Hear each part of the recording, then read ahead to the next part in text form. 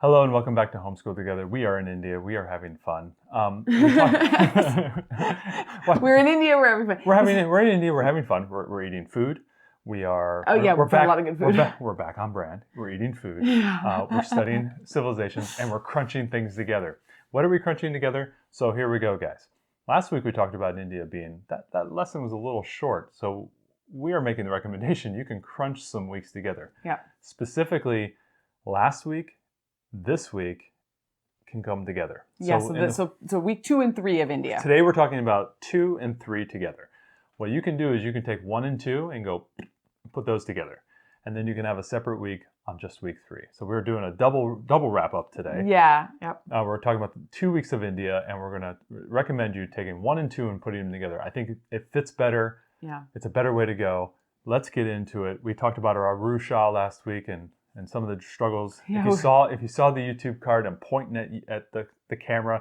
If you saw the card, you saw we found an alternative to our We did. struggles. We mentioned that we thought there was a graphic novel, and there was, and we were able to get it from the library. Thank goodness. I'm not going to tell you what to do. I'm going to tell you what I did, and I went this route. And this was way better. Still had some of the minor quibbles I had about the story. But it was way more accessible. Faster to read. Way faster to read. We actually finished the whole book, and in the graphic novel form. Mm-hmm. And I enjoyed this a lot more than actually just reading the book. Our daughter is interested in continuing to listen to the audiobooks of this, so she really enjoyed this, but it was a real slog to actually read, and it was lengthy. So if you can get the graphic novel or you can get the audiobook and save yourself having to do it that way, either way seems to be a better fit than having to read through it, because it's a lot of reading and it's a bit, as you said last week, a bit too much to do. And there's a lot of it was hard to imagine what they were talking about, because it was these really cool moments where they're amongst the gods and there's these creatures, and obviously there's the pigeon named Boo and everything. It was all these funny things, and you're trying to imagine what that was. Yeah. The graphic novel really takes care of that. Do you think that, for age-wise, and our daughter is 8.5, so she's a little bit older than this age range, do you think that this would be more appropriate for first grade and being able to visualize what's being talked about? Because maybe that book is a little bit too advanced for first. That might have been part of the problem. It might have been part of the problem, and It was too advanced for you, because you were the one that didn't like it. She loved it. It was me. It was Guys, you. It's not her. It's me. It was you. It's me. It's a me problem. So don't worry about it. I would really recommend going the graphic novel route. It was a simpler read. It was more enjoyable. Mm-hmm. You can go a little bit slower, maybe tease it out a little bit, but it's only going to take you about 2 days, maybe 3 days to read this version of the book versus 3 weeks. And we'll talk a little bit about. So we recommend this. We'll talk a little bit how I handled that, because now this reading that was meant to happen for 3 or 4 weeks is now done. How do you handle that? And we'll talk about that. So what did you pick up? Don't keep them in suspense. Why not? I went thrifting the other day, and I said, hey, I don't have this daily read anymore because I've finished everything. What am I going to do? And this is something you can do. You can go and pick a fun book. Pick up something off the shelf. You've been reading a lot of chapter books. You've been doing a lot of things. Maybe you want to have something fun. So I found a copy of Willow, the novelization, written by Joan Divinge, who's a famous fantasy author. So. Yeah, my problem with this is that then we're going to have to watch it, and this has scared me since I was a kid, because she is a really evil witch, and it's scary. Yeah, but you know what? It continues our Val Kilmer theme from leaving off of Alexander. Val Kilmer I'm drawing very loose, very thin threads to justify. All we're saying is sometimes you need to eject from a book or find a different way around it, do audio, do graphic novel, and then you have time to pick up something else. That is an okay thing to do. We didn't find another book to sub in that would keep us on topic, so we just decided to read something fun for a few days. Which was great. Now, one of the big things that you hit in both week 2 and 3 is kind of understanding the religions. And 2 of the world's big religions came from this area. A third that is very kind of a branch off from one of them. So we talked about Buddhism, we talked about Hinduism, and a little bit of Jainism, kind of coming off of the Hinduism element. And we have a fun little Usborne book. Yep. Again, we're not Usborne retailers, but we pick up a lot of Usborne books. Yeah, we just order them online. See Inside World Religions. Now, I know we are a secular podcast. This curriculum is a secular curriculum, but very big piece of this culture and this people are their religion.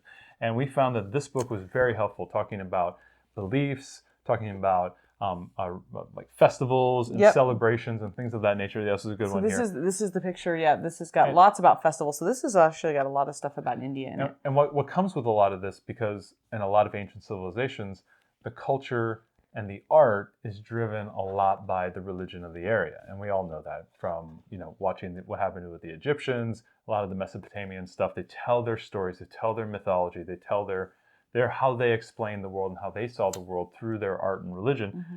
And this book was a nice touchstone to that, seeing that kind of that art, seeing the imagery that comes from that, and how different that is.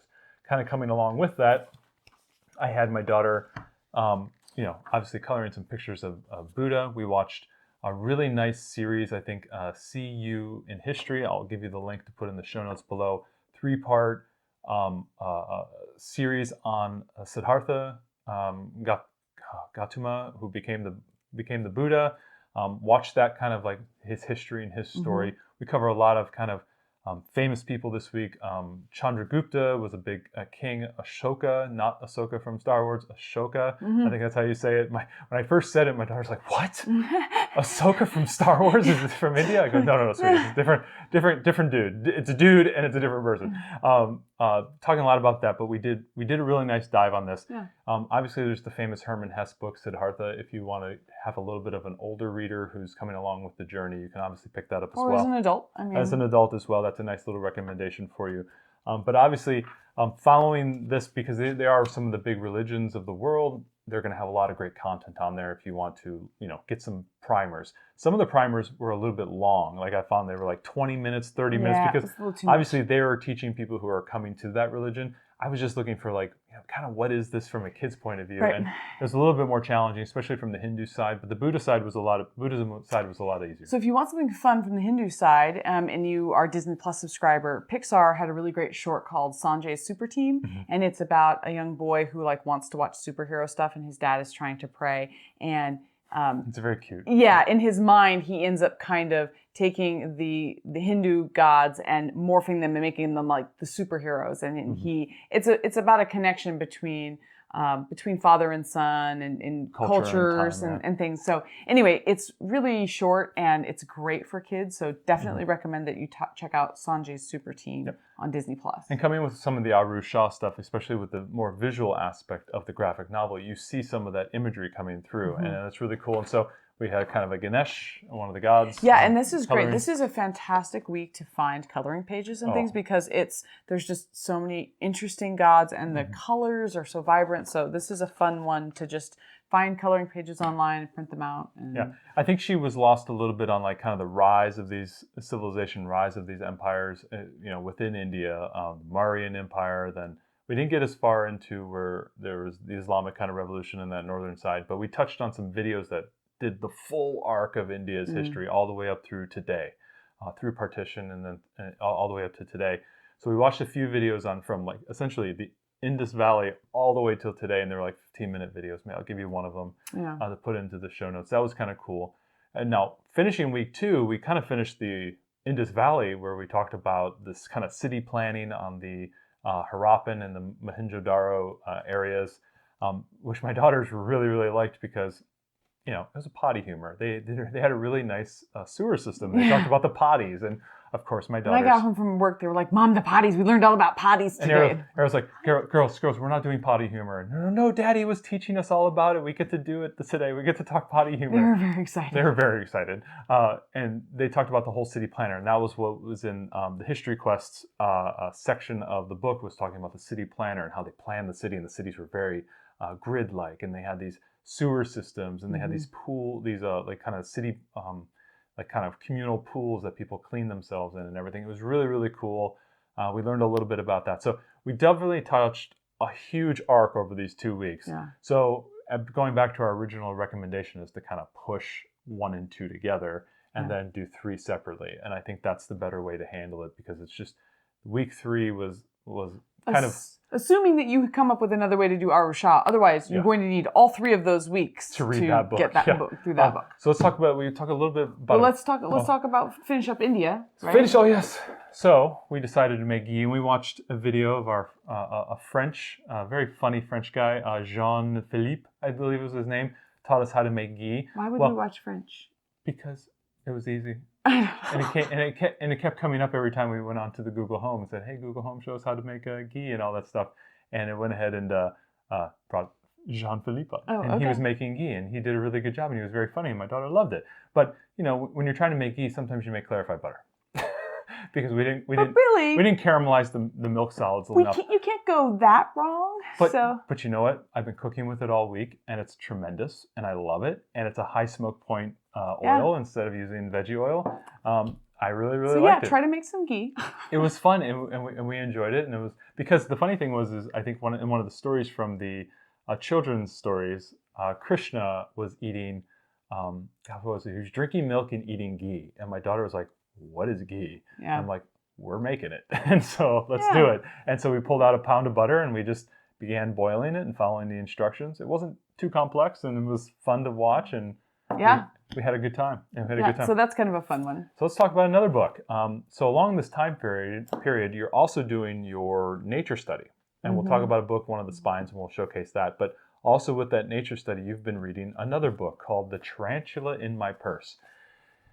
And like Arusha, Mr. Booza does not like this one. So this is all about really weird pets that people have. No, it's not even just that. It's one family that keeps stealing wild animals and bringing them home. And you would think that a 125-page book, chapter by chapter, would be something you can manage to slog through. The writing is so difficult to read sometimes. It's like kind of long sentences that just don't flow off the tongue. So I constantly get like tripped up. And it's not something you can read. And the whole time we're reading this, my daughter and I are like, they keep having problems with these animals. This is an autobiographical thing too, right? It's a real story about a real family who essentially just kept bringing animals home. And after every chapter, my daughter and I looked at each other and were like, they should stop bringing animals into their house.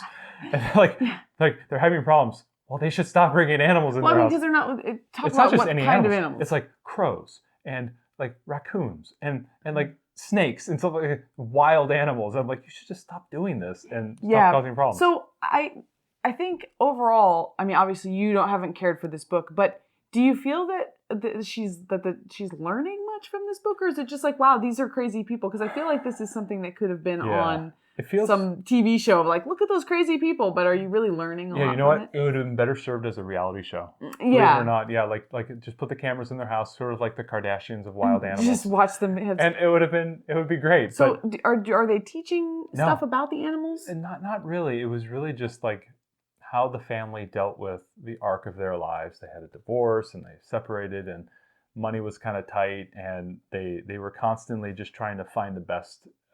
Just to make through life and stuff like that, and taking in these crazy animals. And they took in wild animals, crows, including a mischievous crow, a duck with an arrest record. No, like that's got me hooked, right? Yeah. A Houdini-like boa constrictor. The George family learns how entertaining life with wild creatures can be.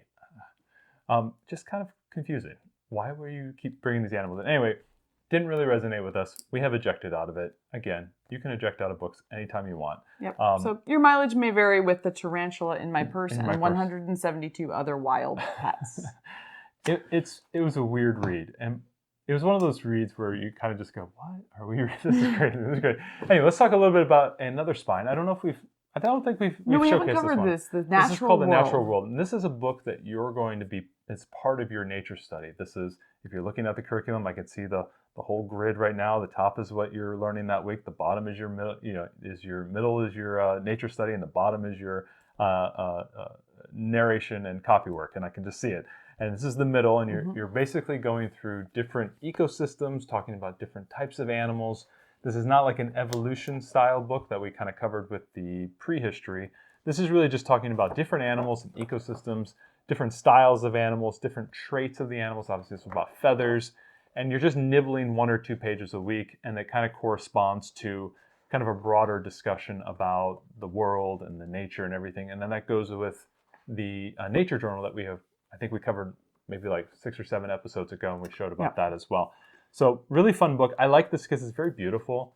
Yeah, it is gorgeous. It's a gorgeous book, and you know, any book that comes with built-in bookmarks and is multiple bookmarks, like three different strands, which was really fun. Sold. Mr. Boozer sold. I love that type of stuff. This is a great book. I really enjoyed it. Really easy reading. Sometimes I find with books that where you're just hitting like 2 pages, you can kind of lose the thread a little bit sometimes. This is very engaging, and I like it. There's a lot of sub information, and with these types of books where you're learning about traits about animals, you never know what animals are going to resonate with your kids, and you're always going to find more learning through that. And so that's something we really enjoyed. This is a great book, The Natural World, definitely worth picking up, putting into your, you know, we have like 12 books that are all nature focused, like trees and leaves and animals and prehistory and all this stuff. And this is just another really good book to just kind of slot in there for your naturalist section of your bookshelf that we know you're all cultivating. So, other than that, we talked a lot about videos. But we didn't watch any movies this week. So that's kind of where we're at. We were just kind of ready to finish up. So next week we're going to Rome. Yeah, we're starting into 6 weeks of Rome. So stick with us. There's a lot of material to cover. We're excited to jump in. This is a big one. This is a big one. It's about as big, I think, lengthwise as Egypt. And so about 6 weeks or so. So this is another one. As we've said before, you know, obviously doing with Greece, we had, you know, with the kind of the shoulder sections, it was almost 6 or so weeks. We've had 3 weeks here in India.